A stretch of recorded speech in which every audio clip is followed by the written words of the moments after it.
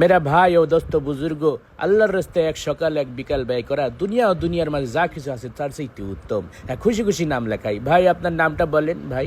আমি 3 চিল্লয় নাম লেখাইতে চাই, কিন্তু আমার দোকান আমার ছেলেদেরকে দিয়েছি দেখাশোনা করার জন্য। একটা ছেলেও আমার দোকানে বসতে চায় না। আদাবর বাজারে আমার কাঁচামালের দোকান। ছেলেকে বললাম যে তুই বয়, বড় ছেলেকে, ও বলে আমার সময় নাই। ছোট ছেলে পাবজি খেলে এবং মেজো ছেলে তো বাদাইমের মতো সারাদিন ঘুরে বেড়ায় আর মোবাইল টিপে আর কার সাথে জানি কথা কয়। এখন আমি জামু যে আমার দোকানটা কার কাছে রেখে যাবো, এই ফয়সালাটা আপনি আমার দেন, তারপরে আমি নাম লেখাবো। মনে তার আগে আমার যাওয়া সম্ভব না। মেরা ভাই ও দোস্ত বুজুর্গ, লক্ষ্য করে শুনবেন, আপনি যখন আল্লাহর রাস্তায় বের হবেন আপনার জিম্মাদারি তখন আল্লাহ তাআলা। আসসালামু আলাইকুম। আমি সামুজান, আমি কথা বলি যে ওনার ছেলে একটাও বাদামি না। ওরা 5 ওয়াক্ত নামাজ পড়ে, আমি চিনি।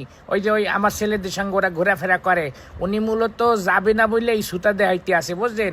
আসলে ওনার ছেলেরা সবই ভদ্র, নম্র, ভদ্র, এবং ওনাকে সবসময় চায় যে উনি চিল্লাই আল্লাহ রাস্তায় দিন কাটাক, কিন্তু উনি নিজে যাবেন না দিকে মেলা রকম বাহানা করে। সবসময় এক একটা বাহানা দিয়ে চিল্লে যাইতে চায় না। আপনি ওনার নামটা লিখে রাখেন, আমিও যাবো সাথে। মাশাআল্লাহ মাশাআল্লাহ, আল্লাহ তাআলা জানিমালে বরকত দান করুক, আমিন। খায়রের ফয়সালা করুক, আপনাকে জীবন চিল্লা লাগানোর তৌফিক দান করুক। আরেকটা কথা আছে, ওনার ওই মেজো ছেলেকে নিয়ে যাই, ও তালিম করতে পারে ভালো। আচ্ছা, ওইটি দেখতে আসি। আর কেউ আছেন খুশি খুশি নাম লেখেন? মফিজের নাম লেখেন। আপনি থামেন, আপনারে কইছি আপনি আপনার নাম লেখান।